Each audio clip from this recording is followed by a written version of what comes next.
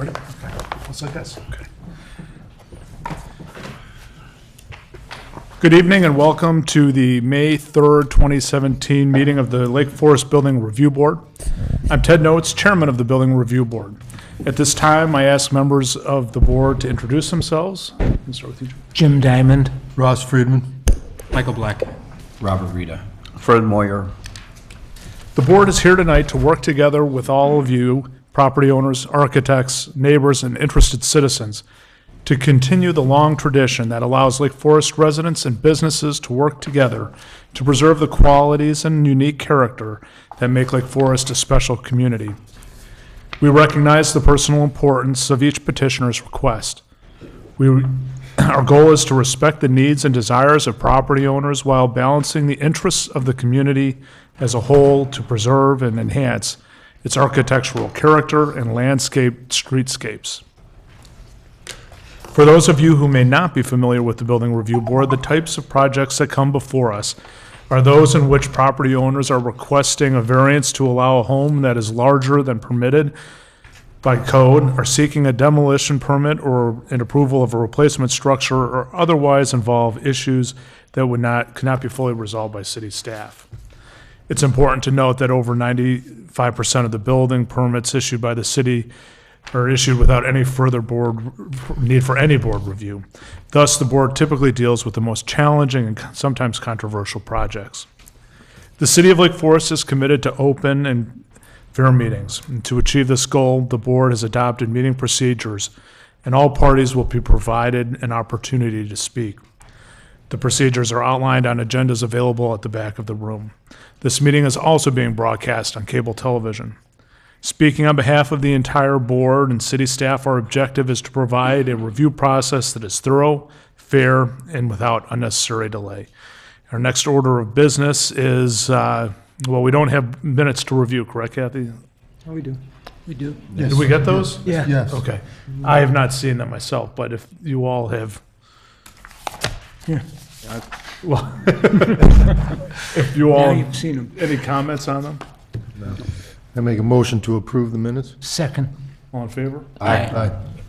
No, any opposed? All right, the minutes from April pass.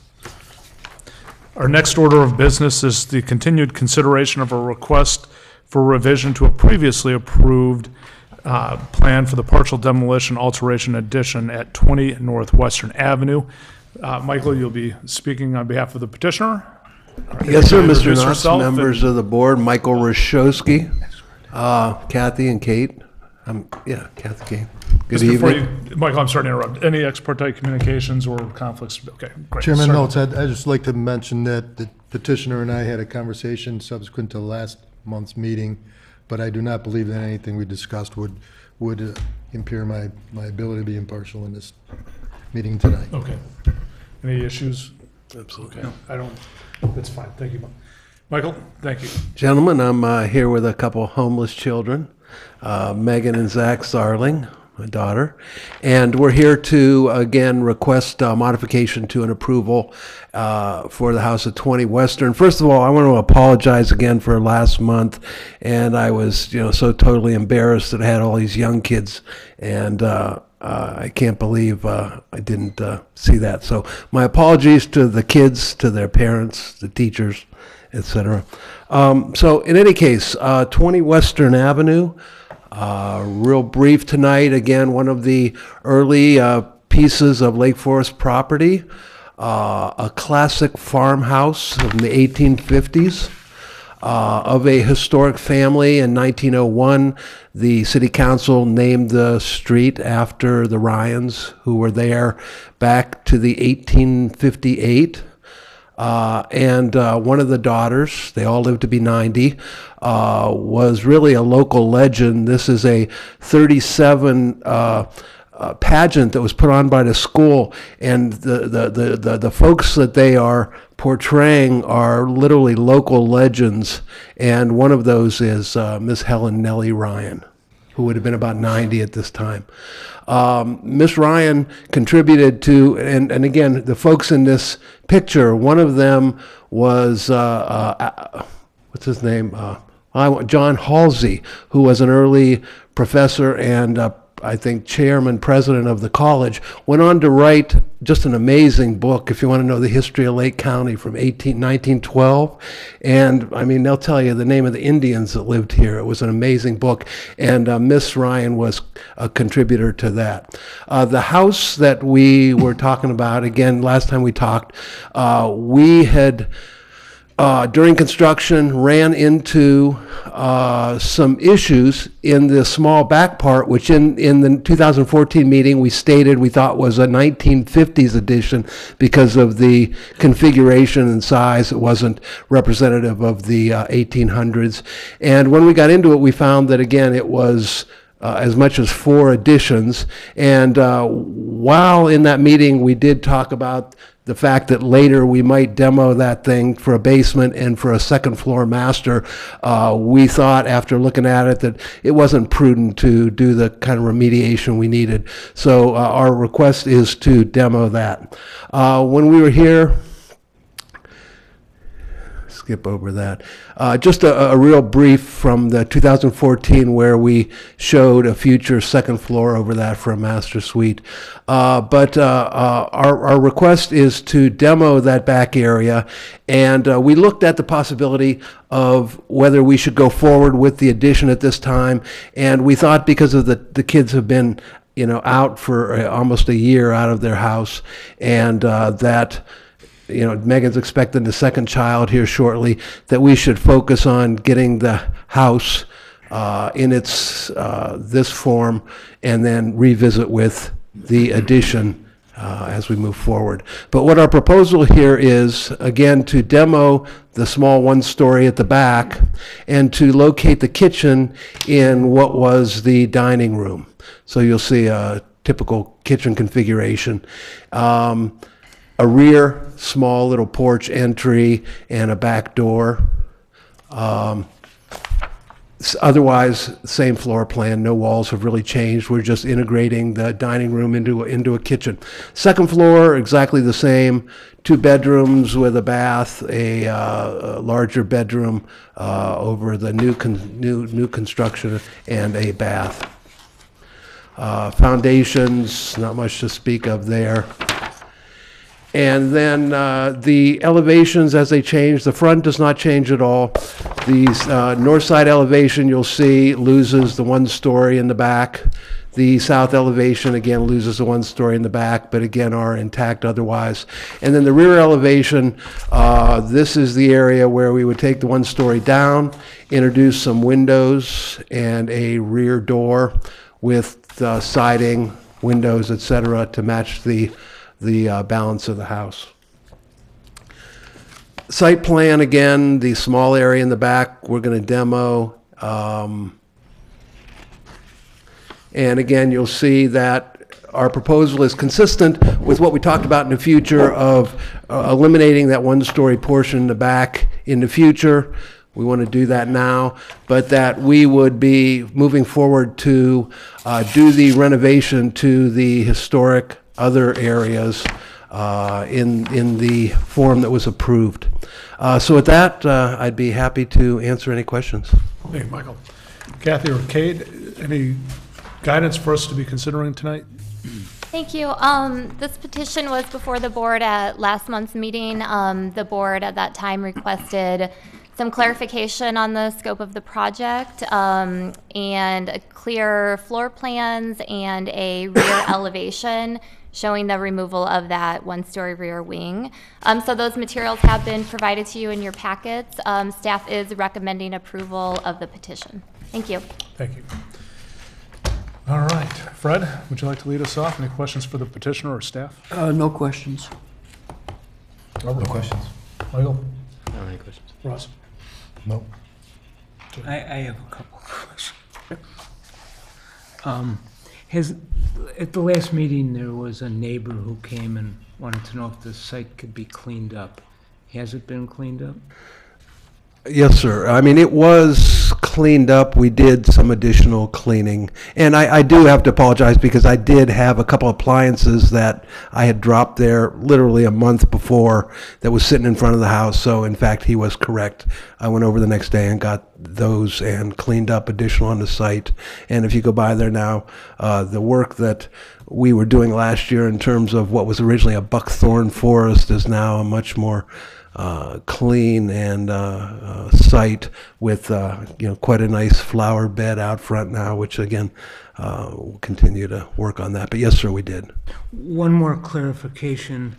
You're showing a 3-bedroom, but it shows bedroom 2, 3, 4 on your blueprint, on your floor plan.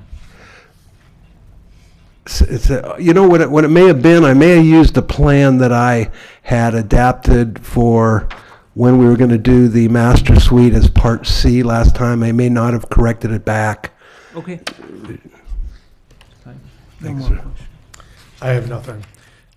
Is there anyone in attendance who would like to address the petitioner or the board? Okay, seeing nobody, I bring it back to the board for any further discussion.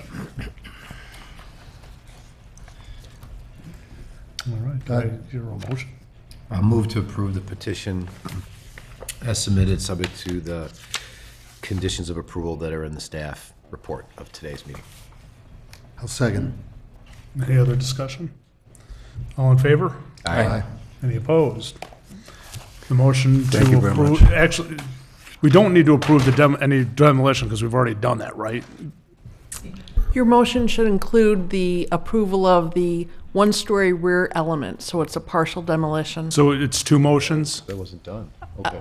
It can be a single motion. The way the staff report is worded, it incorporates both the approval of the one-story demolition as well as the approval of the alterations and particularly to the west elevation. Since we've already passed the motion.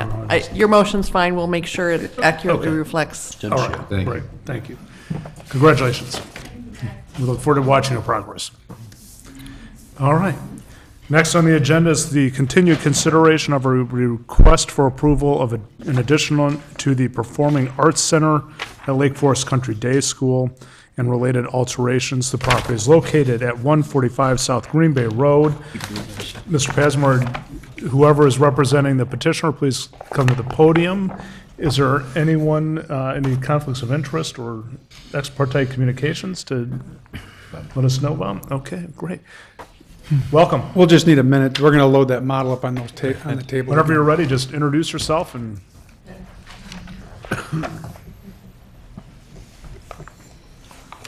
That was the first.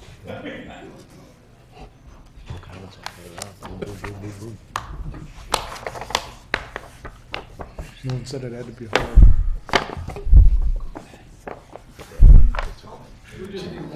Yeah, it comes in one. It's 5 below. No, Ted, I've got a flight at 7 a.m. So Get a good night's sleep. keep it up. Keep up the good work.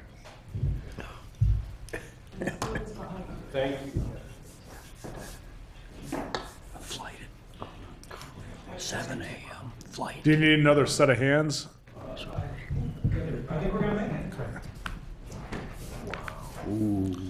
There it is. You sure you don't want that extra set of hands? Very impressive. We're on television. Thank you, appreciate that. The eagle has landed. We've done it twice in 6 months. Thank you. Could you guys make it bigger the next time? You saw it. Surprisingly, it was light. My name is Doug Pasma with Pasma Group Architects, and we're here to just have further discussion on what we talked about in our first meeting on December 7 of last year.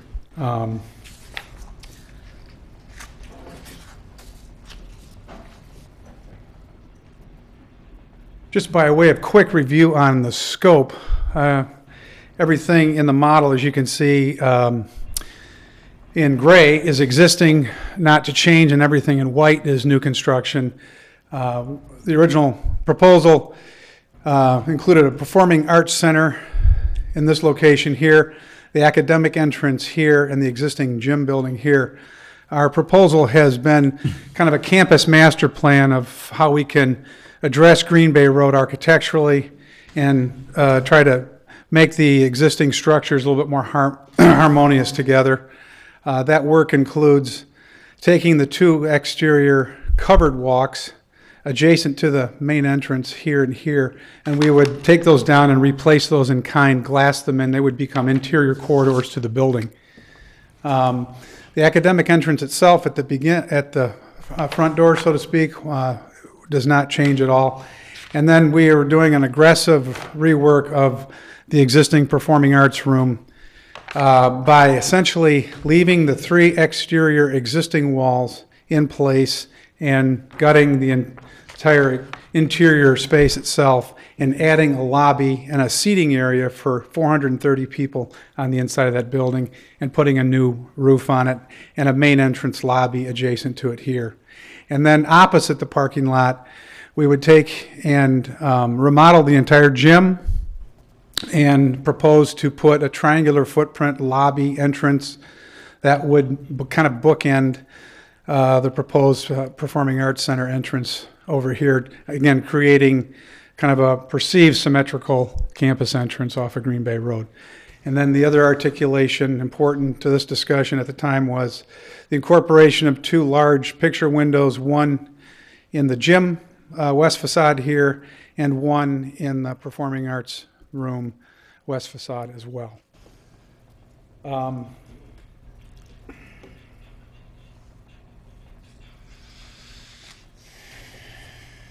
Just by way of discussion, reading the minutes Kathy issued some time ago, there were essentially four main points of discussion from our presentation. The first one, just in order of importance, had to do with this main entrance and the Performing Arts Center development on the north side of the campus plan. The second main issue was the site lighting and all of the illumination around the entrance, existing illumination around the entrances, parking lot, and covered walkways. The third point of discussion was just understanding the picture window impact to Green Bay Road and how those elements were articulated in more detail. And then we just had some minor discussion lastly on the west elevation of the gym itself and the signage that we were showing on the outside of those entrance elements. So the first, and I did issue that summary in order of importance. So that first issue we spent some time on, it was reflected in the minutes as well. Here's the existing entrance to the Performing Arts Center now, existing roof line of the building, main entrance here, exterior covered walk here. We presented at the time a rendering of the proposed additions, which included the interior corridor here and replacing the exterior covered walkway, a new main entrance into the Performing Arts Center lobby, and an extended corridor, exterior corridor that would be continued as interior corridor space, providing exits to the new Performing Arts room. And then we also began to show in this elevation here, while we're keeping the existing gabled structure of the Performing Arts room itself, we were elevating the ridge line, elevating the roof of the room itself, and putting an extended elevational element and a new ridge line, as you see in this in the old rendering here. And we also can see the articulated roof line of the lobby structure beyond. So in the first point of discussion was this eave detail around the existing gabled elevation of the Performing Arts Center. The second had to do with how we wanted to portray and articulate the elevational material of that extended roof structure itself. The third had to do with the elliptical window. There was some discussion about its size and location inside the gable wall at that point. The fourth had to do with the height of the lobby roof adjacent to it. The fifth had to do with lettering and signage on the outside of the building. Next view is kind of how we've proposed to handle all of those elements. And I'll just say quickly that this view, which is identical camera angle from the previous view, the first main gesture we did was we took the elevated roof and ridge line and we set it back 3 feet. So the next view you can see here more with a different camera angle. We've really enhanced the eave detail of the existing performing arts structure here and set back 3 foot 6 inches the new roof line there, so that the existing building still silhouettes the new construction, as much as possible. If I ride back to the original rendering, our plan was to take and skin the additional extended roof element with a rain screen product that would be a kind of a metal panel with a revealed detail that has kind of a vertical shingle effect to it. I have a picture that we'll show in a minute that would show our intention related to color and texture. The second issue, we really wanted to maintain the eave detail on the old building itself. And if I go ahead, here's an existing detailed shot of the building right now. The eave detail is nothing more than a crown mold, and a drip edge with the shingle applied to the face of the masonry. And our intention would be to incorporate a detail identical to that eave detail that finds itself over the main entrance to the academic building right now, with a crown mold sticking out 11 inches, a skirt fascia that rides across the top of the brick, and it sticks out a total of approximately 12 inches from the face of the masonry. So back to the original revised elevation, this eave now is completely symmetrical with mitered gutters and cornice details at each end, and the new extended roof element is set back 3 foot 6 inches with a dissimilar material than the current masonry. We did also take and drop the elevation of the lobby gallery space beyond over the top of the Performing Arts Center entrance. We dropped it 2 feet so that it would have less height impact as we look at the elevation. And then again, comparing the old elevation here, we have kind of a brick veneer elevational element that helps to tie the addition with the existing. We kind of just put a limestone cap on that completely horizontal all the way across the lobby gallery roof edge, and we'll include more of that metal panel siding at that point right there. We're also proposing to take and remove all of the lettering on the entrances, so we won't have any kind of identification for the entrances. The entrances right now don't have any particular identification to them at this point.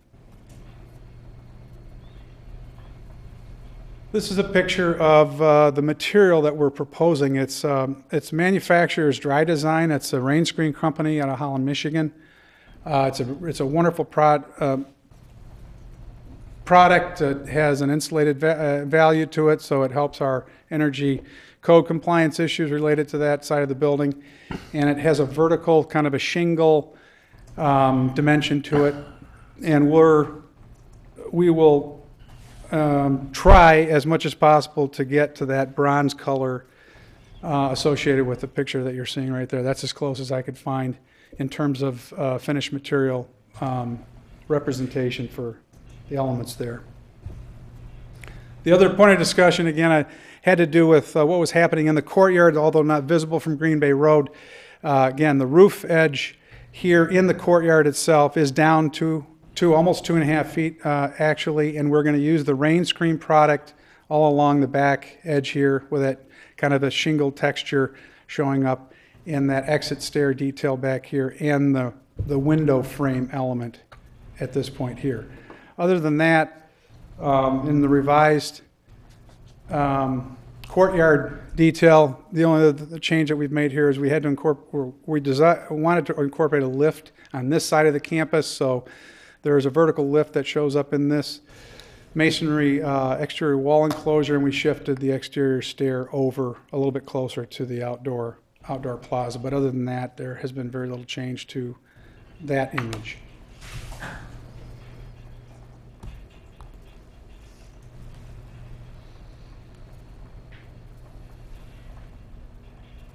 This is a existing Green Bay Road elevation of the proposed campus entrance.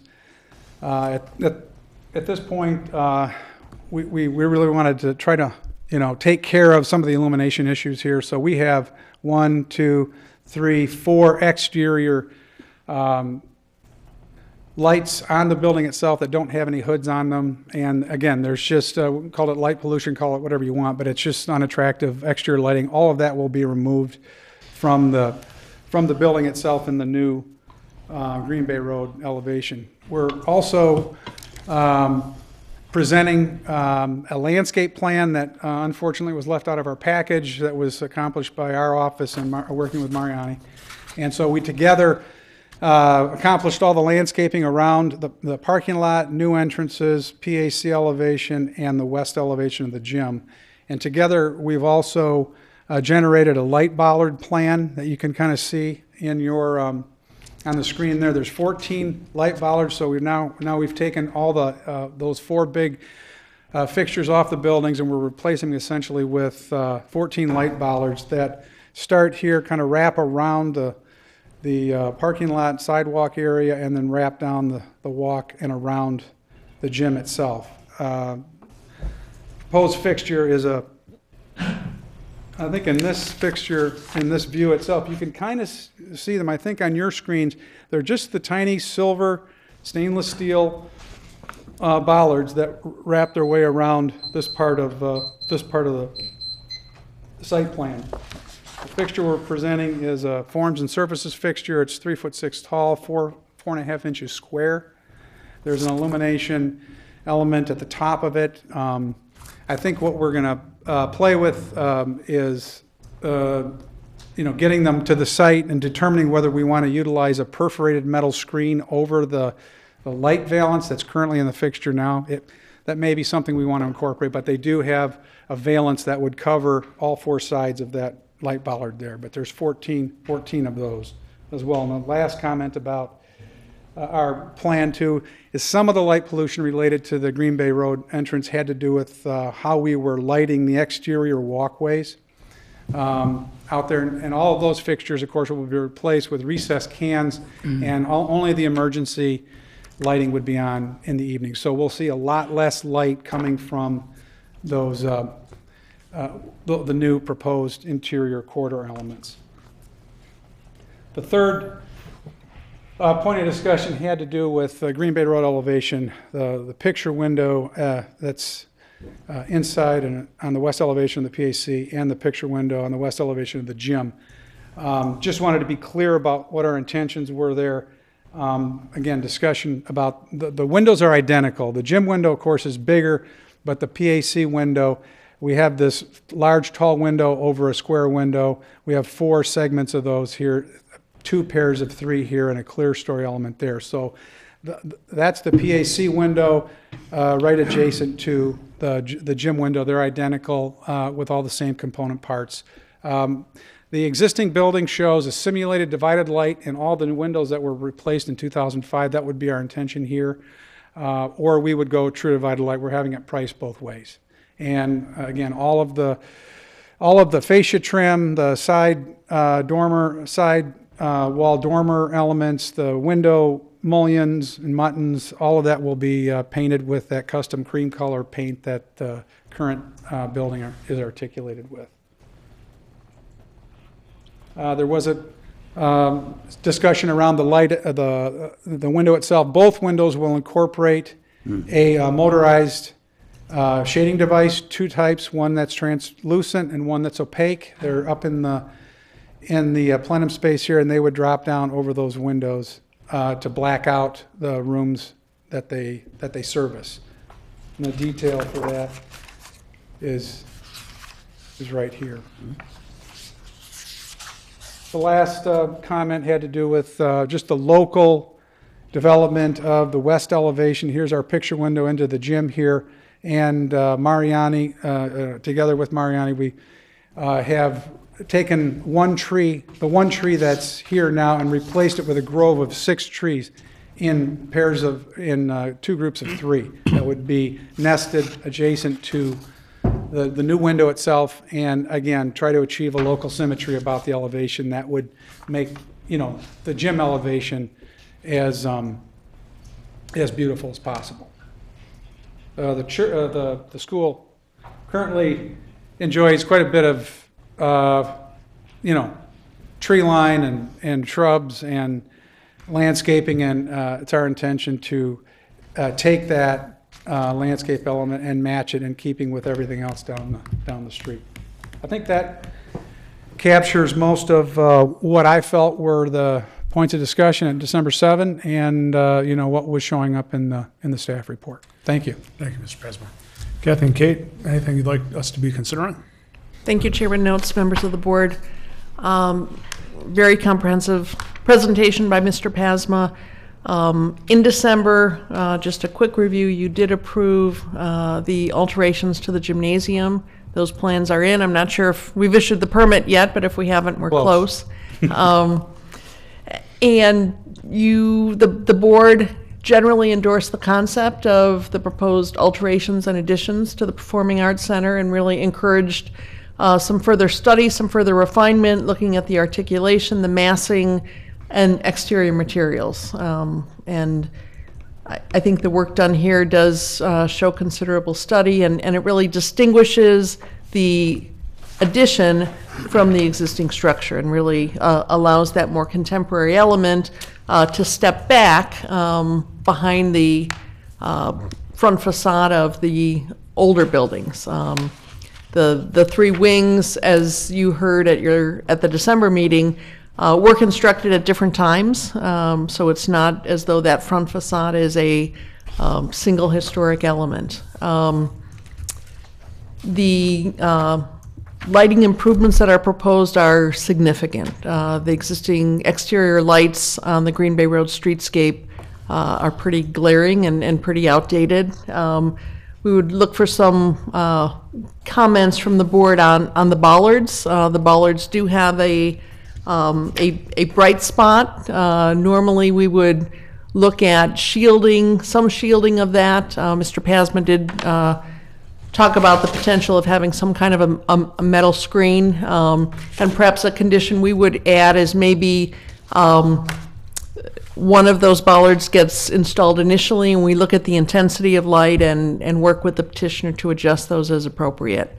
Landscaping in general, significant trees or vegetation are not being removed. Certainly any vegetation or trees that that are not in good condition would be removed.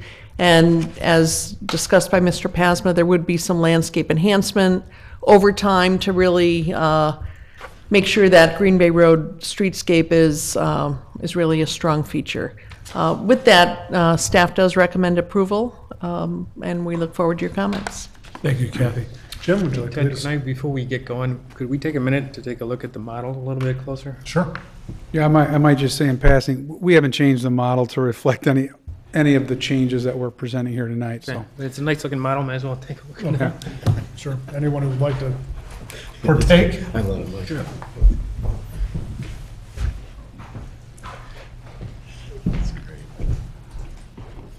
So the awning is the same, what's depicted here is the same, not a revised awning. As I understand, you dropped that awning 2 feet? Correct. Okay. We dropped it down almost 2.5 feet.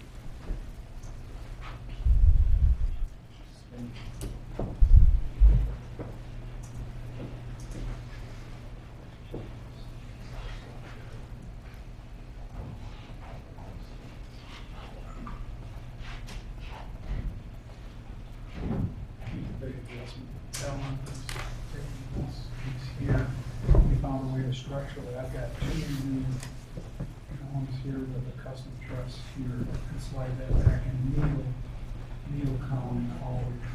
Sort of pattern. Yes. Yes. It's all new structure. It's essentially a new room. Right? I'm sorry? Shingles to match. Yes. What is the product? I think we should be asking questions so that the public can hear. So.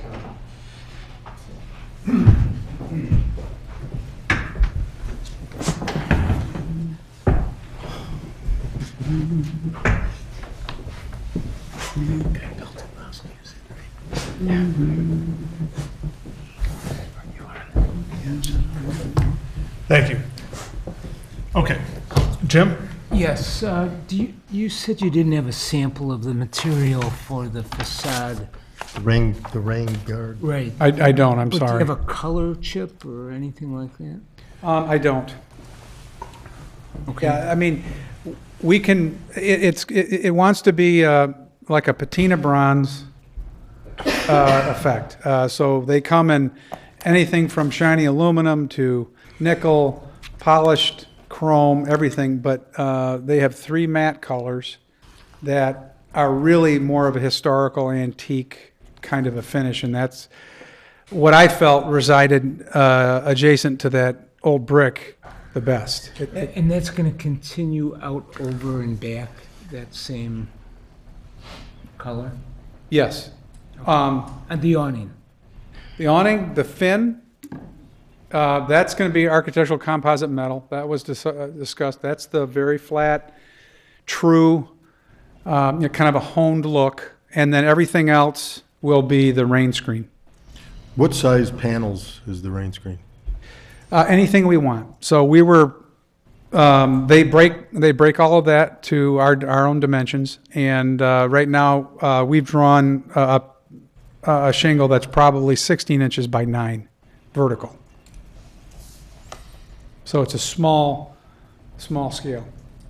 I think the thought was to scale that component down, not try to, we didn't want it to have any kind of allusion toward barn siding or any kind of, tall wall feel. We wanted to break it up and texture it. But again, this is not a lap siding. This is a true flush panel. It's 1.25 inches thick with 3/8 inch reveals between the panels. Vertical and horizontal. Vertical and horizontal. How is it attached? It goes on a Z-girt. There's a horizontal Z-girt that fastens to the dowel board, which fastens to the light gauge framing, and it's rain screen. It's not an exterior weathered siding. It's a rain screen. It allows the elements to get to the back and drain. And the same color is going to be throughout the walkway too? Oh no, that's all painted wood. Painted wood. To match. So again, getting back to the bollards and the exterior colonnade, if you will, that's adjacent to all those portico entrances. Those columns are 9 inches square. The bollards are 4.5 inches square. So I feel like Freddie did a good job of showing those bollards on the rendering. They're very slender, very small, and as Kathy mentioned in her comments, I more than likely will be using, they just have beautiful perf metal sleeves that go over the top of those valences, so most likely we'll be doing that. There just wasn't anything in the product literature that showed that. Thank you. I think it looks great. Thank you. Nice job. All right, Russ? What is the roof product on the awning? That's an architectural composite metal. So that's on the roof That's as well? the fin. Oh, no, that's single ply membrane. Same with the gymnasium, Gymnasium will be shingled to match the academic building. but the flat. The flat shed roof will be single ply membrane, dark.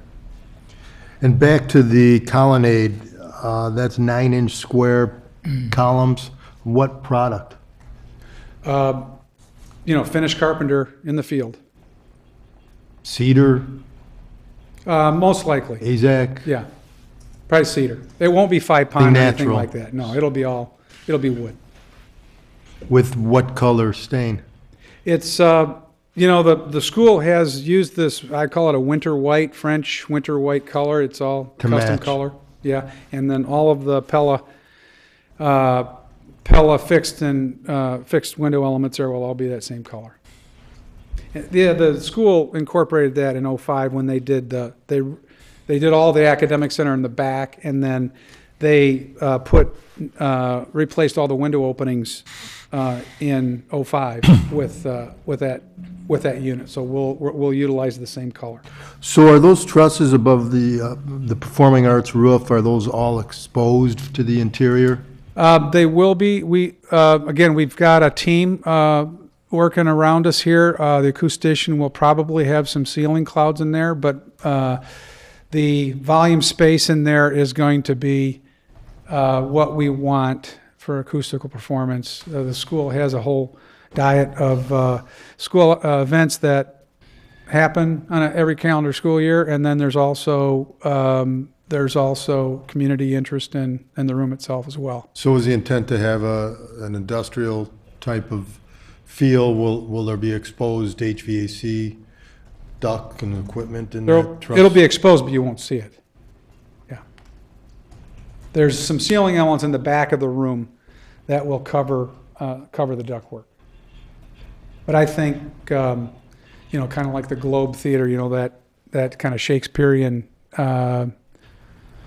image comes to mind when you start talking about exposed structure. These trusses have very thin members to them, and they're not these massive structural elements in the. The new curved bump out on the front facade of the Performing Arts building, what is that material? That's brick. That'll be brick veneer on light gauge framing. We have the seating encirclement that wraps around on the south side of that room, comes through that exterior wall right there. So we had to, in order to achieve headroom, that element manifested itself when we kind of architecturally had to deal with it on the outside of the building. Again, the big deal at the beginning of this, 2 years ago, Bob, hey, we need to improve our performing arts stuff. And, we thought, can we deal with this in the footprint of the existing room? So that's where this all started. And it looked like we could, and we can. But aside from taking it down or relocating the theater element in a different part of the campus, that was also a consideration. But we took one step and another step and another step, and everything that you see there accommodates the school's interest. Thank you. Thank you, Russ. Michael? I think the questions and comments I had at the last meeting have all been addressed, so I'm good right now. Yeah, no, colleagues have covered all my topics. Fred? A couple questions. One, you mentioned the lettering has been removed that was on the fascias. In the first submittal, you had identification of the performing arts and the athletic and administrative. And a very good point I liked at that presentation was that at night you would use illumination of the entries to draw attention to the one that was the location of the event of the evening, so that the lighting would in fact tell you where you need to go. But during the day, with the lettering removed, how will people, is the premise that everybody knows where everything is and we don't need signage? Is that why it's removed, or is there some other reason? No, there's no lettering in the building now. So, I think when we did the original imaging, sometimes architects default to kind of, being obvious about something. And I think at the end of the day, we just decided, well, there isn't any signage on the outside of the building now. We don't need it. And I would just add, one thing we discussed is once the new elements are completed, I think the school will look at how they function, if people need directional signage, and whether that signage can be minimal or needs to be larger. So we can certainly work with the day school to address that at the appropriate time. Right. And I think we also discussed, as I recall, not putting any lettering on the fascias of the porticos, but maybe if in fact the school felt like some level of wayfinding was needed, then we would probably put little All right. little Yeah. gated signs, if you will, adjacent to those Well, entrances down low by the bollards. that all sounds very good. I was just curious as the background of how it changed. The other item is the setback of the roof, the new roof being set back from the existing. I think that's really a great feature that you've incorporated. It allows the existing roof to stay as it is, and with its own fascias and details, and the symmetry is preserved, et cetera. But I was then a little disappointed to hear that the material on that recessed face was going to be bronze or in that family of color, and then shingles and et cetera, because it seems to me it's introducing something that isn't there anywhere else, color and otherwise. And what I liked about the rendering, I still like it because I'm looking at it now, is that in the rendering, it has more of a gray tone that is matching, or not, if not matching, and consistent with the new Performing Arts roof element, which is showing above everything else in back, which I thought is really would be a nice gesture to link the new Performing Arts element on the back and give it exposure to the front with a lead-in, just that lead-in coming down this roof. So I guess the question would be whether you'd consider the composite metal material, panel material that's at the Performing Arts for that fascia. It almost appears to be that way in the rendering, and I took that, in fact, to be a concept that was being proposed, and I liked the concept. So I just would offer that as something that maybe deserves exploration. I don't respond favorably, frankly, to the new material. It might be nice on some other building or someplace else, but coming in here in a very limited manner and a very focal manner, and without any companion elements of that material anywhere else, it just seems to me like it's maybe trying to be a background in nature, not be focal, but it will be seen, even though it's a darker color. It will be seen, and it's different from anything else that's there. I think it would be spectacular to have the element in back recognized as coming around the corner. Yeah, this element here. Just a continuation and a lead into it. That's my comment.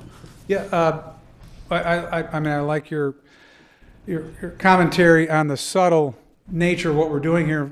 It's interesting. I've always kind of seen a line, almost an invisible line here, because what's happening in the back is so progressive, so contemporary, and for the school, and reflects the school's, story, so to speak. And I've always seen this element as residing with the old building itself. So I've kind of always seen this natural segregation happening, but there's not a mistake to be made if we were to take the ACM material here, apply it here, and score it appropriately with a I think the approach you just described that you are taking is it's a valid approach. But I think a better approach, in my opinion, I mean, is naming it for what it is. There is new construction here, and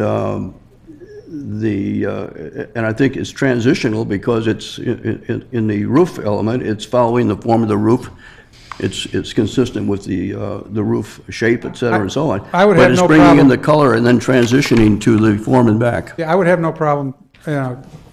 I think it would be giving serious consideration very to that. successful. So again, I appreciate your commentary on the subtle qualities of what we're trying to do here. So. But overall, I think very, very nice. I like what you're doing also with the windows. The gymnasium windows have increased in their presence, if you will, higher. The roof is popping out more. I think it's going to be very nice on Green Bay Road to have the feature as it's now developed. That's all I have. Thank you, Frank. Picking up on the dormers of the auditorium, I want to be clear that what you have modeled in front of us here, it's a much steeper pitch over that window, and that is not what you're proposing. You're proposing a much flatter surface. Okay. Correct. And much more like this. Okay, great. I do really commend the additional detail you're putting on the gable, the original gable of the auditorium. I think that looks spectacular.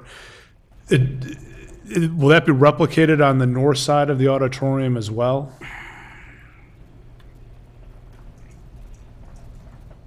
North side. So that portion of the building is not part of this scope. Okay, No, your question is the north gable. No, the he's north talking gable, about- he's right, talking that about one. Yeah. Will it have that same detail work you're Actually, putting what on you the don't south see in side? that picture is there's a hip roof that travels up into that eave. It kind of gets tangled up in there. We don't have a pronounced open gable like we have here. There's a hip roof that has mechanical systems up there and everything. It's really quite a mess right now, and it's not currently part of the scope of the work. So this new roof will literally tie into that, integrate into that hip? Yes. Yes.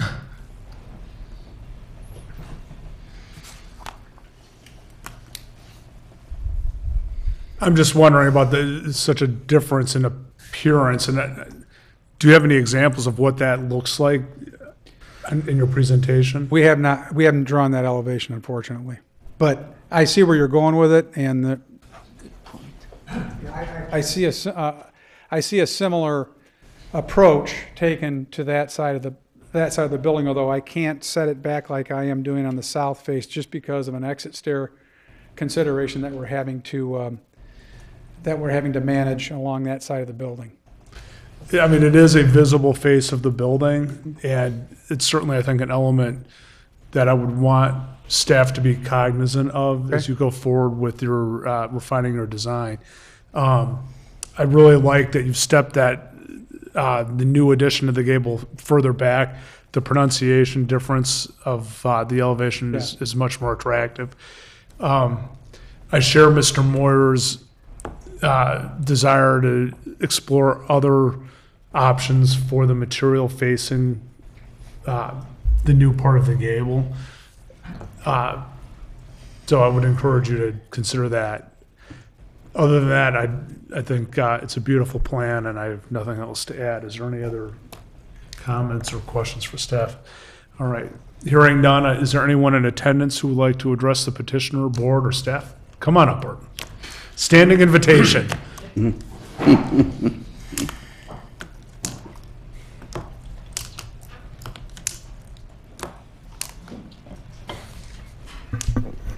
Art Miller, 169 Wildwood Road, and speaking for the Preservation Foundation.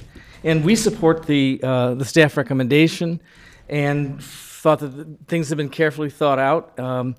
And as often happens, then when in the presentations, an idea did come forward that I was just going to share a little bit. I think the thing was, it was mentioned that these were balanced. I'm sorry, that they were symmetrical, and I was going to say that they're really kind of balanced. And if you look at the way that they're balanced, it's sort of interesting because the building on the left in the when we were looking at it from the west, looking at the structure, that building, the old gymnasium, 1941 gymnasium, is big. It across the way is the newer gymnasium, the one on the south, and that's smaller. It's more laid into, I think, into the landscape. And it has, but we've now picked up so the windows are matching. But you have bigger windows on the smaller building, and you have the smaller window on the bigger building, which I think actually works. And I hadn't paid attention to this before, but I think when we saw the picture of this from 1941, and you have to remember that was sort of at the height of the sort of less is more school of thinking about architecture. That facade was pretty blank. There was no bullseye window in the facade. Now there is the bullseye window in the main building, the one that we focus on in the center, and it's sort of repeated here now in this facade. But of course the scale is different. In the pediment in the academic building is maybe half the size of the other one, and I don't think we want a twice as big bullseye window there. But I guess I'm almost saying that if you want to have this balance and seem self-effacing, you could almost leave that bullseye window out like in the original structure. Just have the plain building, because it's meant to not draw your attention, but to pull your eye over toward the other. I think the new band of brick down below that sort of steps down toward the street level actually helps diminish the scale of the building, and so that's helpful. And I like the idea of keeping the colors with the roof very much the same, as much so that for the new element that it not call attention to itself. Like the rest, the building itself was originally designed to not call attention to itself. And so the addition to the roof pitch, if that could also do that same thing, that would probably help. And so if you could have the material, whatever material you choose, be a color like the roof color, so that it seems to fit, which I kind of read, that's the way I read the rendering originally. That would seem to be more in the character of balancing these two sides and keeping the focus on the main building in the middle, which is the academic, which is the original 1929 building, I think. I guess I'm saying that less could be more there. If that window has a function, that's different. You know, if it actually has a function to let light in there for some reason, that's different. But if it doesn't, having that be as self-effacing as possible would probably contribute overall to the whole. It's just a suggestion. I'd be interested in the board's reaction to or thinking about how you make those elements all work together in harmony. And I think that we got a good start with the redoing of the windows. So, but otherwise, we support this. We think that the ideas that are come along have been very good, and it'll be very attractive. And working with the lighting will probably take some time to get it right, but I think it's going to be great. Thank you very much. Thank you, Art. Is there anybody else in attendance who would like to address the board or petitioner? Okay, seeing none. Would you care to speak to Mr. Miller's comments? You don't have to. I'm just. I think the elliptical window came out of, when we looked at the academic iconic entrance, it has an American Federalist Association, fairly literal actually, and the thought of taking that elliptical window, which was very much part of that tradition, and putting it and just kind of enhancing that gable image, again, one way to think about it is it's not a mistake. The question is it something that enhances what's there? And I think there were other voices on our committee that enjoyed that window. So, while it's not a staple to the overall composition itself, I mean, I think the school could go either way. But I'm not going to speak for Bob either. So. Okay. Terrific. Bring it back to the board for discussion. Fred? Well, regarding the window, in the first presentation you had, in the discussion, I noted that in the elevation, the window had one sort of size feeling, and the rendering showed it larger. There was a little difference in the execution, and I commented at that time, I thought the larger one was working better, the one that was showing it larger, which I believe it was the rendering had it larger than the elevation, which is kind of in comment with Art Miller's, consistent with Art Miller's comment. Eliminating it, I would just be a little concerned that the gymnasium would almost appear to be trying to be contemporary, or a leftover from a previous attempt to be contemporary. So I kind of, frankly, feel good about your introduction of a window, an element, and right now I think it needs to, I would think, to be larger. I think Art Miller made some very good points there, and maybe the reason it's drawing comments is because there's some discomfort about it. And there was before, and I thought it was going in the right direction when it was larger. I think another thing that it does too is it plays to the history of that elevation.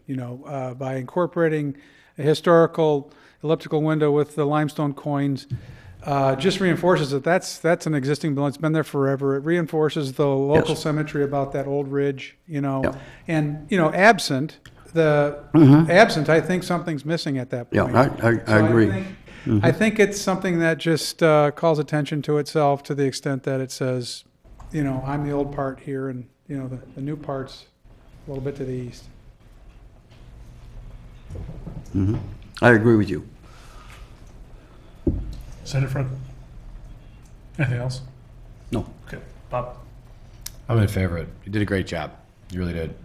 And I think that what the discussion today related to the south facade of the Performing Arts Center and the addition, I guess would be the relief facade for the new addition. I'm good either way. I'm good with what you said, patina bronze. I'm okay with that. I'm also okay with if he wants to match the color and the materials to the new addition. Either way, I think it's going to look good, and I think we should just refer it to staff to make that final color decision. I'm also okay with the current north facade of the Pacific Arts Center because of that additional roof structure, the hip roof with all the additional elements. I think that just buries it. But again, with that, if they want to do another relief of 2 inches or 5 or whatever, I think we could refer to the staff on that one to make that last facade relief. And then the only other one I have is the, I think, staff was right when they said, let's install some of those bollards, 1 or 2 of them, just to get the light emissions out of them, see how they look, and then you can make the choice, final choice of how you put a diffuser on it. Seems pretty straightforward. I like it. Thanks. Very nice job. I think you've done a really nice job with this. In terms of the window, I mean, if you feel like that's what you want, then I don't have any problem with it at all. And I think with the lighting, it sounds like you're on the same page as everyone else to make sure the light levels are right. So I think you've done a really nice job and looking forward to see the project move forward. Ross? I like what you've done. I think it's been a terrific journey here, and it'll be a great asset for the community and the school, inclusive of the new offset gable and the shingle, the rain guard shingles. I like the transition in bringing the new awning into that roof. I think that that's stunning, and it adds quite a bit of interest while still yielding to the original architecture, compatible. The window to me is appropriate, size, et cetera. I agree with the comments regarding the bollards, but nice job. Jim? I too, as I said before, really enjoy looking at it. I can't wait to see it. And I agree with my colleagues regarding color. Leave it to staff, the bollard, come back, revisit that.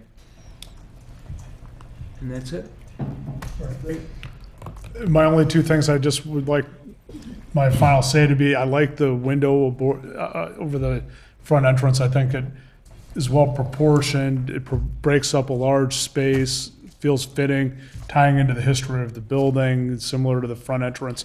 So I would recommend keeping it. The only thing I would urge is that follow-up discussions with staff occur just to make sure that north elevation's not forgotten about. We haven't seen how the new extension's going to be integrated with that, and trust that staff can make sure that that is harmonious and working right. Other than that, I have nothing else to add. Is there any other discussion? Do I hear a motion? I'd like to make a motion to approve the petition as submitted and with the finding in the staff report. I'll second. Any other discussion? Clarification? I think I heard that the fin and the wall of the extended gable should be similar in color, rather than the bronze. What I heard is we'd like you to review up to you, Kathy. alternatives. Thank you. Am I misinterpreting my board here? Commissioner, can I make an amendment to your motion? He's going out. I don't want to mess with his motion. Okay, so I'll move to amend the motion to include these three elements. That we refer to staff as regards the south elevation of the Performing Arts Center for refinement in the offset gable facade color between the patina bronze or a color that matches the wing addition. That's number one. Number two, refer to staff regarding the north elevation of the Performing Arts Center for potential refinement in that facade's relief to make it harmonious with the rest of the building. And number three, that they will install 1 or 2 representative bollards so that the staff can make the final decision on the light emission and diffusion. So moved. Any other discussion or amendments? Nope, I'll second the amendment if it needs one. So we have a second, all in favor? Aye. Any opposed? Okay, congratulations, good luck. Thanks very much. It's been a great experience. Thank you.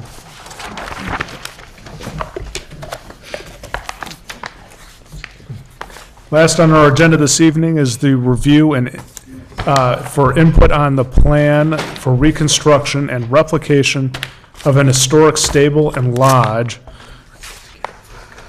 which are located as part of the Wesley Farm subdivision at 210 South Ridge Road. Is there any, are there any ex parte communications or conflicts of interest that anyone would I'd like to recuse myself from this discussion because of a conflict. Okay. Any objections? All Mr. right. Chairman, I think we should thank our fellow commissioner for his final appearance, and his dedication to the community. Michael, thank you. We will invite Board Member Black back to a future meeting to be formally recognized. Thank you, Michael. Hi, Mike. With that said, I welcome the petitioner forward. If you would be kind enough to identify yourself. Welcome. Thank you. Hi, good evening. My name is Nate Weinsma. I'm with North Shore Builders. And with me tonight also is our architect. Go ahead. Hi, I'm Jeff Mulcrone with BSB Design. So I'm officially on the clock now.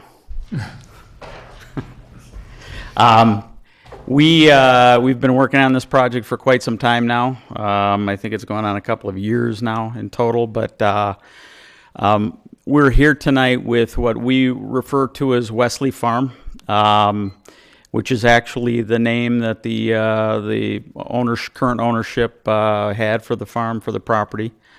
But that will be the name, the marketing name for the community as well.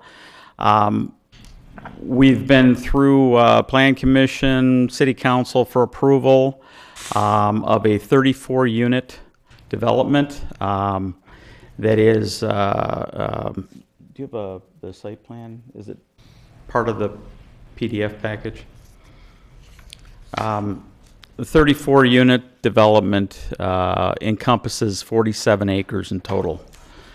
The existing property today has 4 primary structures on it. One is the current residence.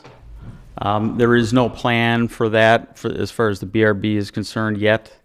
That property, that structure is staying on what will be known as Lot 29, acre and a half lot, and we will market that house as a historic renovation.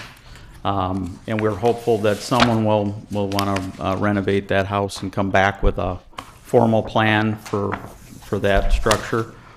There was also a what we refer to as a coach home that is the structure closest to Ridge Road. That property was found to have no historic significance to it. And then the other 2 structures that are prominent, one of which is prominent on the site and viewable from Ridge Road, is the stable. Do you have in here just the overall, is there a site plan? Okay.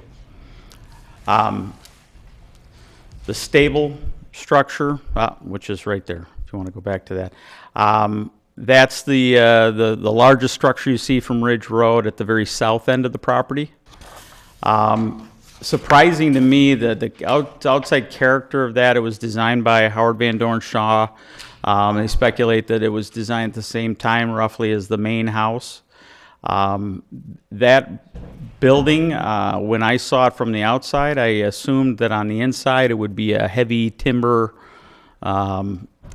structure. It's not. It's a pretty traditional frame structure with a rafter system with an apartment on the second floor.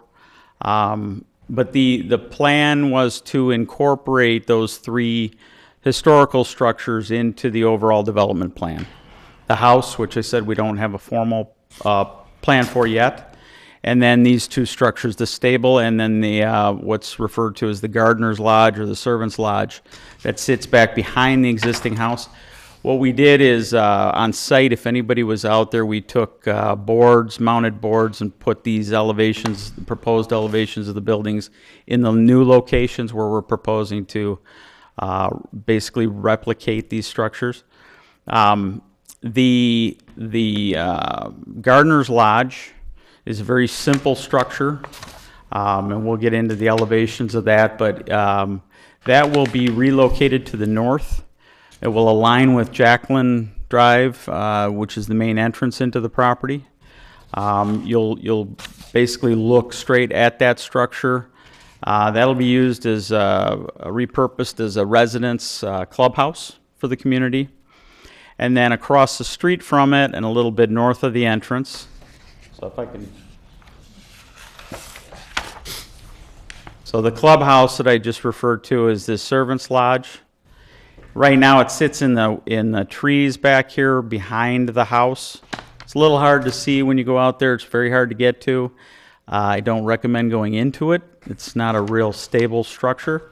But that'll be relocated from its current location. What we're going to do is move it to the north, and again, it aligns with the entrance. A long drive leading up to it with a drop-off. Then the stable, which currently sits at the south end of the property, will be relocated up north of the entrance into a common area for the development in an open space area. The plan for both of these structures from a construction standpoint, they're both in serious deterioration. The materials and both the interior and the exteriors are dilapidated, I think would be a good word to use. But we want to preserve the historical significance of these buildings, and the best way to do that, we felt, was to essentially replicate them, repurposing everything we possibly can. But so the plans that you'll see are basically if we were to just draw the existing buildings as if they had new paint and new roofs and basically replicate the exact buildings as they sit today. Like I said, the lodge will be a residence clubhouse, and the stable will be used for primarily the purpose that it's been used for in the past. It's going to be a utilitarian use. It will not be a commercial structure finished for any public use on the interior. It'll be used as a maintenance building. What we envision is that the association, the residents there, would be able to have that as a facility that our hope is that we would have one landscape maintenance firm handling all the landscape maintenance for the residents and for the common areas. This would be a building that they could keep their seed and fertilizer and equipment in, and part of that would be to eliminate the need to haul in, as we see in other communities, trailer in equipment in and out on a weekly basis, that a lot of those materials could be housed in this building. The clubhouse will be, it is a very simple structure. Can you just pull up just the clubhouse rendering sheet? It's a very simple structure. It's got a very simple rectangular footprint to it now. If you want to go to the elevation sheet. This is the proposed front elevation, which again just replicates what's there today. Obviously, the dilapidated doors and windows and siding would be new material. We propose to do a asphalt shingle roof. Today, it's a tan material. We want the stable and the clubhouse to tie together. They'll have a hunter green material that we have a sample coloring for you to look at. There are 2 chimneys now. The north chimney today is a structure that goes all the way to the slab. The south chimney, interestingly enough, ends in the attic space, and the rafters have been beefed up to carry the brick load, but it does not continue all the way down. The use of this will be, again, just a residence clubhouse. It's going to be a pretty simple structure. It will have bathrooms in it. It will have an open entertaining area. The back of the building today has, I think it's 4 windows. When I'll flip back to the existing, the plan is to replicate. It's 5 windows actually. Replicate this front feature with the French doors and transoms along the back, and essentially create a meeting place for residents, a place where they can entertain and host parties, create indoor and outdoor dining between that interior social room and fireplace, and then an exterior through the French doors replicating the front, mirroring that on the back to an outdoor veranda that will be connected to the back of the building. And that will be an arbor structure, not having an imposing roof at all. It'll be an open structure, but basically a stone patio addition on the back. Where this sits on the site is the back will be facing straight west, overlooking the existing pond that's there. And the plan is, the landscape plan for the site that Tesca put together has basically tiered garden or formal lawn area behind this clubhouse all the way down to the pond. So there'll be a drop-off in the front of the building, dining area and veranda on the rear. The sides are just as they appear today. The chimney structures, everything that we're going to do here, basically what we'll have to do is build, and this is true for both structures, build a new slab, build a new skeleton structure, and then replicate the exterior of the existing buildings in place. What we do have on the stable that we want to, can you go to the existing pictures? There are some elements of the stable today, the dormers, what you can't really see in this picture, and it's, here you go, down on the right there, there is a windowed cupola that sits on top of this structure with a weather vane.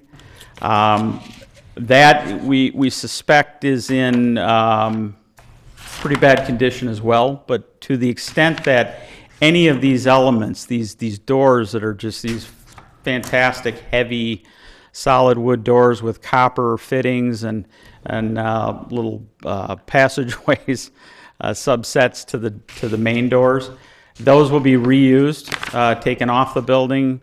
To the extent that there's any elements like that can be taken in their entirety, refurbished, we're going to be working hand in hand with the architect through that process as we basically demo what is here today and repurpose and reuse on those replicated structures to the north. I think that covers the uses. Again, the materials, you can see if in your packets, I think you have all these pictures in your packets. Most of the material today is in very poor condition. I wish, it could be picked up and moved in its entirety or hand scraped and repainted. But the long-term goal here is to preserve the historic nature of these buildings, and also being that it will be owned and controlled and maintained by an association, by the residents, we want to create something that's viable long-term and has as much of a maintenance-free aspect to it as we can. The only differences you'll see between the existing pictures and the proposed building, we want to have a garage door structure, which there is today on the, it would be the south end of the stable building. There is a garage door. It's a simple aluminum door, I believe, or a painted composite. We want to have a door that, replicates a barn door there, ties to the rest of the building. There are some doors on a hayloft area of the stable that we will replicate again into more of a true barn hayloft. They look like glass French doors today. They were probably added at some point in time. But essentially, the building that you're looking at here is the same scale. It's a replication of the building that is there today. This really highlights more of the glass cupola that you can see, and these double gable ends of the north-facing elevation of the building, which I think is a trait of Van Dorn Shaw's. Mr. Winsma, if you could wrap up. Sure. Thank you. So we'd be happy to, I think we've provided you maps of the proposed locations, the existing locations, the elevations. Any questions you have about the materials, colors, we'd be happy to answer them. Great. Thank you. Thank you. Kathy and Kate, if you could just help explain for everyone's benefit the purpose of the petition before us tonight and anything else you'd like us to comment on. Sure. For the Thank petitioner's you, benefit. Chairman Notes, members of the board. This is an unusual petition. It was referred to the Building Review Board by the Plan Commission. This project has been approved. The relocation and reconstruction of the two structures, the stable and the lodge, was approved as part of the overall development. The replication of those structures and retaining them as part of the character of this property really was seen by the Plan Commission as creating a very unique subdivision. Some, I think, would call it a folly, and some would call it a labor of love. But these structures have been important to the community, but they also suffer from many years and probably decades of neglect and no maintenance. So the fact that these are being replicated on the site really is pretty extraordinary. The Plan Commission, given that the demolition, the relocation, the reconstruction has already been approved, they did ask for the Building Review Board to have the opportunity to hear about the approach being taken by the developers and to really provide any direction and endorse the approach being taken or suggest some alternative approach. But it is my understanding that measured drawings have been prepared of the two structures. Photo documentation, if it hasn't already been done, will be done. There was a report prepared by Susan Benjamin on the structures, so we do have documentation. From the staff perspective, these are utilitarian buildings, so asphalt shingles are appropriate.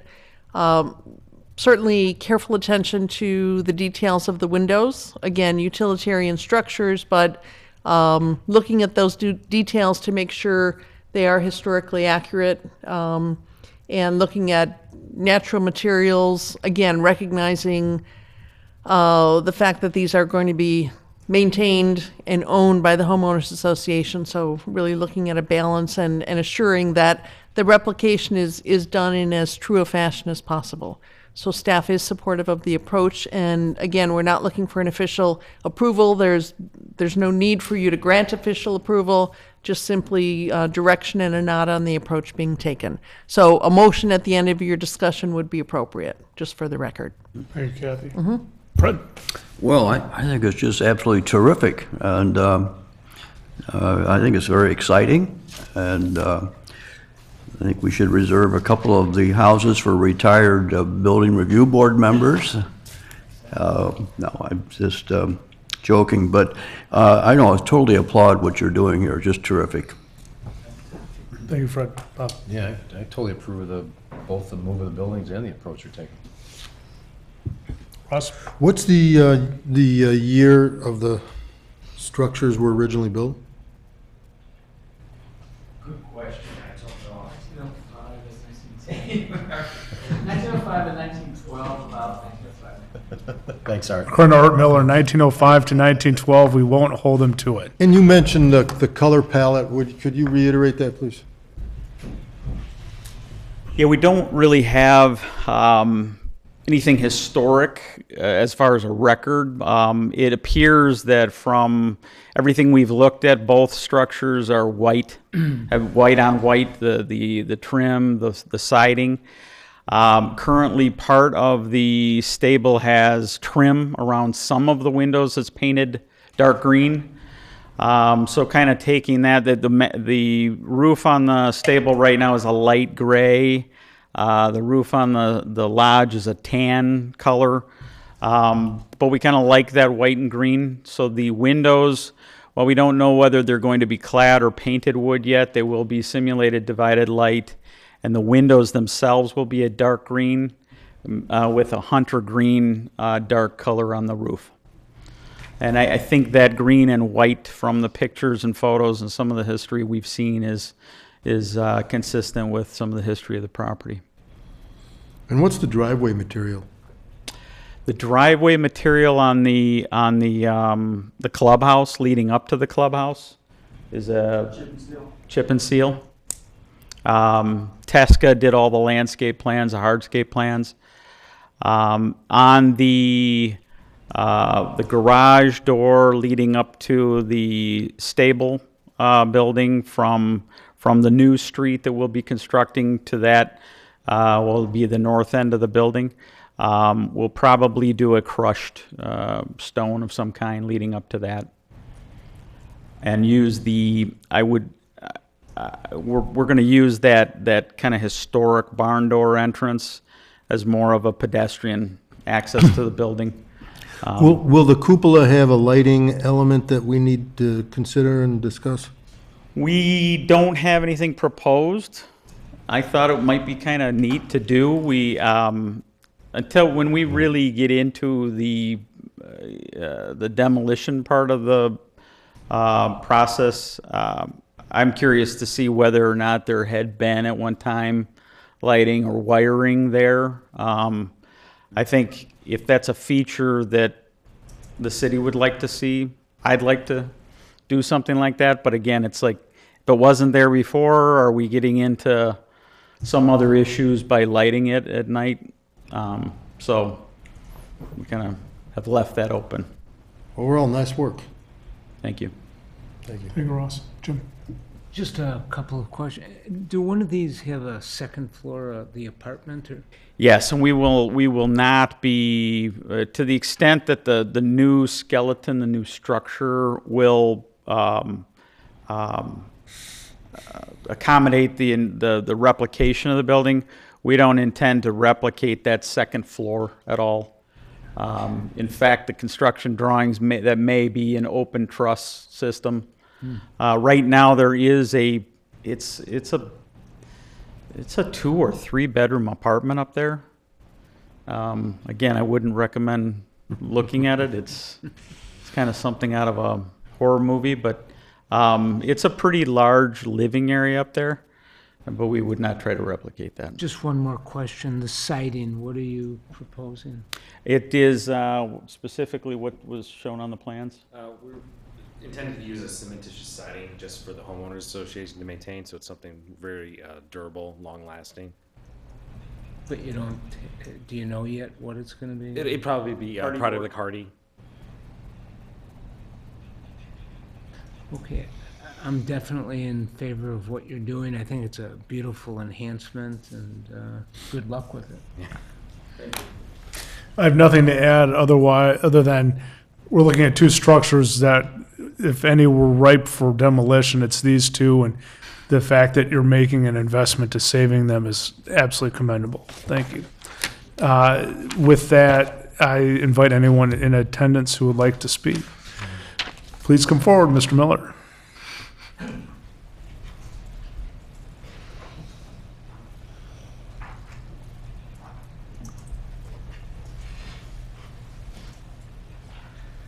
Art Miller again, 169 Wildwood Road, and speaking for the Preservation Foundation, we do support this recommendation. We're very happy to see these things carried through. As we mentioned in the in our comments that we sent through, that this was also that the Polo Pony garage or stable was done in 1905 with the house. Those were the that was the James Garfield King's Polo Pony barn, and the little house was done later, about 1912, for the family. It was by David Adler. And I'm trying to remember, but the little building I thought had gable ends at each end, not hipped roofs. But I think if this is going to be a little club, being able to say it's a little David Adler club, it's got a little sizzle with the steak, you know. So as close as you can be to the David Adler exterior, and I like the idea of having it on both sides with the open gallery. That's good. And if indeed that was hip roofs, fine. If it wasn't, think about making it as much like the earlier structure, just because those plans are, I think those plans might be at the Art Institute. So they are. Okay, good. The Polo Barn, for the significance of it simply is that this is the place where F. Scott Fitzgerald came to court Ginevra King, and she was not able to accept his inquiries about her future because her father told F. Scott Fitzgerald that poor boys didn't court rich girls, marry rich girls. She went on in their process. She wrote a story that was published in about 2005 in a book that was kind of a little capsule of what Fitzgerald used for the plots of several of his books, particularly The Great Gatsby. It's the germ for The Great Gatsby that he turned around and used for his novel. She figures as a character in several of his books in various ways, but Daisy Buchanan.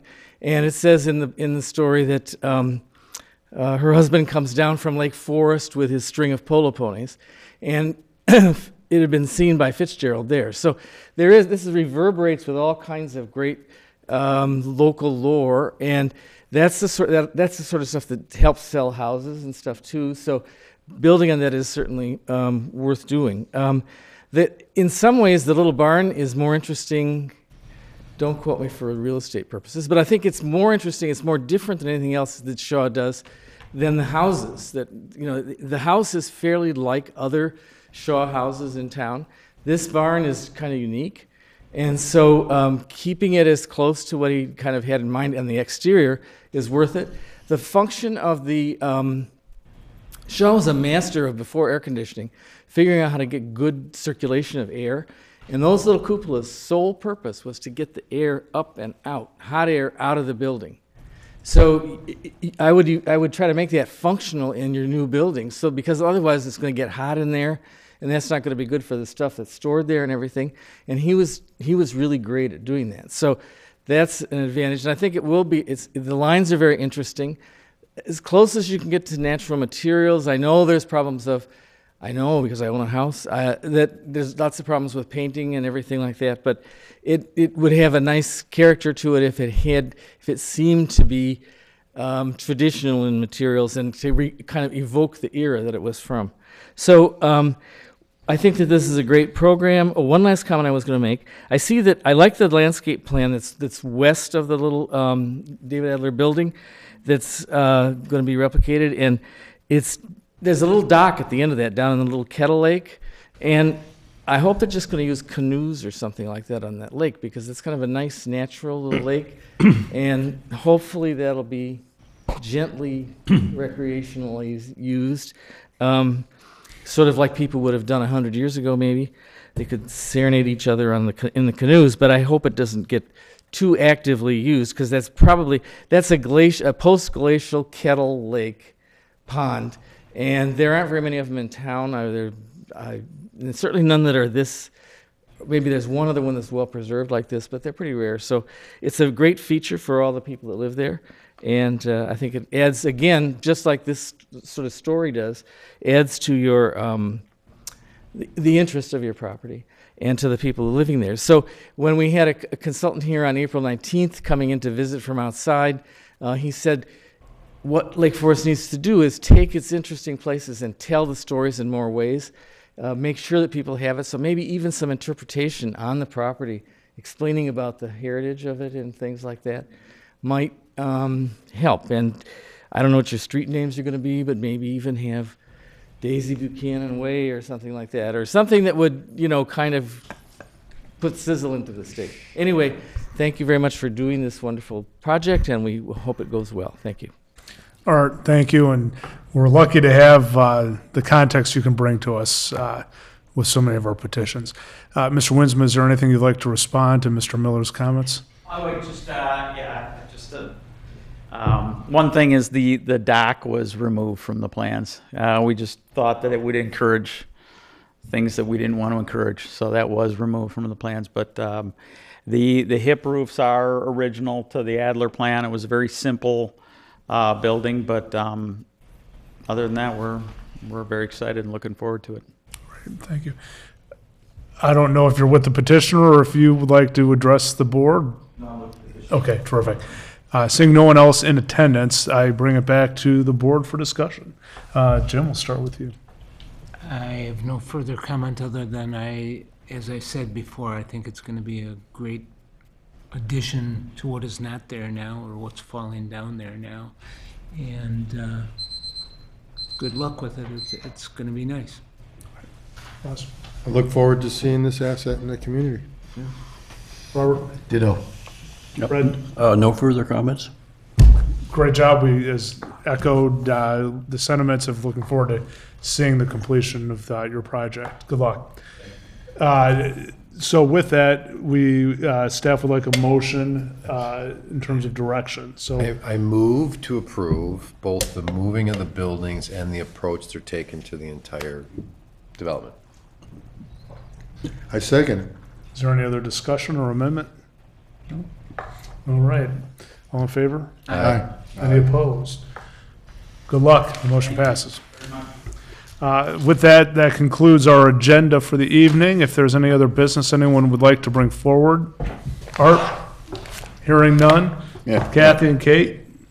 I just wanted to quickly note that the Architectural Digest just published an article on architectural gems in Lake Forest. So we do have some copies for you for your information if you're Wonderful. interested. Thank you. Thank you. All right. With that, do I hear a motion to adjourn? I make a motion to adjourn. And I'd like to second that emotion. All in favor? Aye. So moved. Good night. Has anybody?